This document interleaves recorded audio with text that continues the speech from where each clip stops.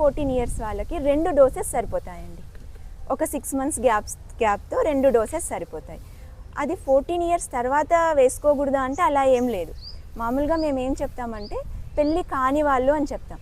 దానికంటే కూడా కరెక్ట్గా చెప్పాలి అంటే బిఫోర్ ఫస్ట్ సెక్షువల్ ఇంటర్కోర్స్.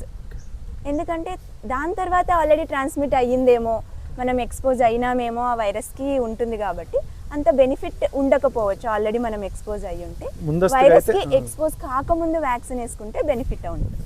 కాబట్టి 9 to 14 కాదు, బిఫోర్ ఫస్ట్ సెక్షువల్ ఇంటర్కోర్స్ అని చెప్తాం. మేబీ 20, ఎర్లీ 20s, 30, 35 దాకా యూజ్ ఉంటుందండి వ్యాక్సిన్తో. 14 ఇయర్స్ తర్వాత 3 డోసెస్ వేసుకోవాల్సి వస్తుంది. ఒక డోస్ పెంచుతుంది. అది కూడా 6 మంత్స్ గ్యాప్లోనే 0, 6, 12 అని చెప్తాం. ఇది హెచ్పివి వ్యాక్సినేషన్. ఇంకా నెక్స్ట్ ఏమొస్తుందంటే కాస్ట్ గురించి అడుగుతారు. ఆబ్వియస్గా కాస్ట్ ఎంత అని ఉంటుంది. హెచ్పివి వ్యాక్సిన్లో మనకి ఇప్పుడు అవైలబిలిటీలో వచ్చేసి 3 రకాలు ఉన్నాయండి ఇండియాలో. ఒకటి మెయిన్ కంపెనీ వచ్చేసి గార్డాసిల్ అని ఒకటి ఉందండి.